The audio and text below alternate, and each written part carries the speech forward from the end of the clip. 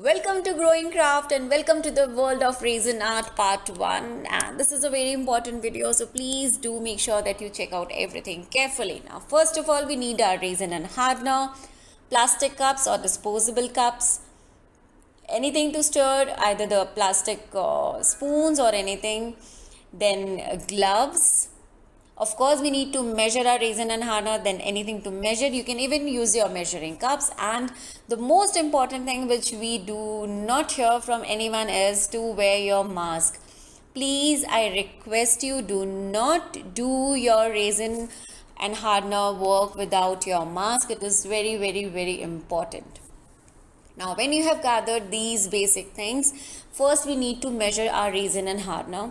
Now, this particular resin and hardener, which I am sharing the link in the description box, just in case if you want to buy some extra packs, you need to have the ratio of 1:3. Now, in the market, there are many other resins available which have different proportions. So, if you are using some other resin and hardener, please do make sure that you check the proportion which is mentioned in the bottle. Now this pack has one of the resin and the other one is hardener. It is an obvious thing that hardener container is always going to be the smaller one.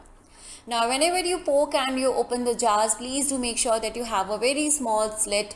Otherwise your pouring becomes really difficult. You might over pour and we do not want that. That's the reason.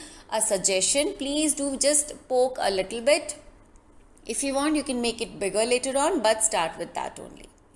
Now, as I mentioned earlier, the resin and the hardener proportion for this particular brand resin and hardener is 3:1. That means the resin is going to be the 3%, third portion, and hardener is going to be just the 1 portion. So, I'm going to measure accordingly. Now, here what I am doing for my mixing is I am taking the resin as 30 grams and hardener as 10 grams, just to be a little specific about the quantity what I'm going to use right now. Likewise, the number of quantity you want more, you can increase the number in the same proportion and it's going to work out well. Now, whenever you are using your resin and hardener, why do we wear gloves? Because resins are chemical. End of the day, what we are playing around is with chemicals. So, of course, just to make sure that we do not have any infection or rashes or any of the side effects, please do make sure that you wear your gloves. And why mask? Because the chemical, it has some of the fumes which might cause you some of the health issues, respiratory effects. So please do make sure that you use your mask whenever you are doing this artwork. Secondly, very important thing is, please do make sure that you do this in an open space or in a well ventilated area. Like I'm doing this video, so my window is open, my door is open, all the windows of my homes are open, and I am wearing a mask. So yes, this is the basic precaution which we need to take, which is very important. Please do make sure that you do not miss out on these points. It sounds very simple, it sounds very easy, like acha ye hi hai, but no, these are very important points. See, doing the project just for one time, you might not feel it or you might not realize it, but in a long term it might have a very bad side effect. So please do make sure that you take these precautions. Now once we have poured our resin and hardener the quantity I want, then we are going to stir this.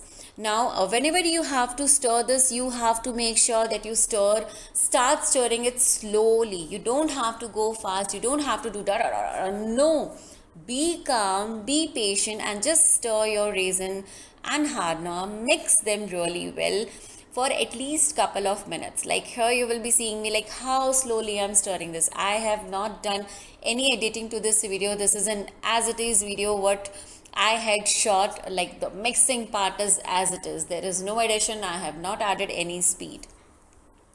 So the resin is usually a little thicker. Hardener is a little liquidy as compared to the resin. So when you mix it, the consistency changes, of course, and what you get is something very fluid with which you can play around and create a beautiful artwork.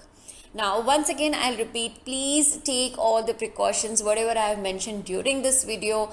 so that you do not miss out on any of the steps. And please be very very very careful, because end of the day, raisin and harna, what is it? It is a chemical, so we need to take a lot of precautions.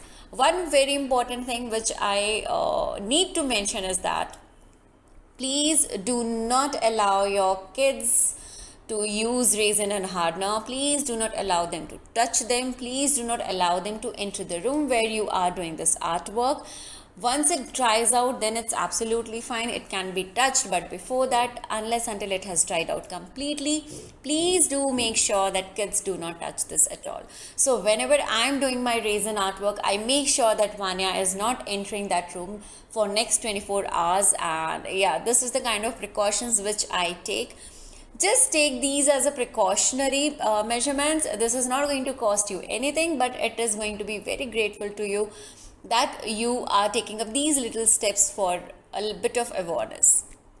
So here, the more I mix it, the more my consistency is changing. Now it is becoming more liquidy, you can see that.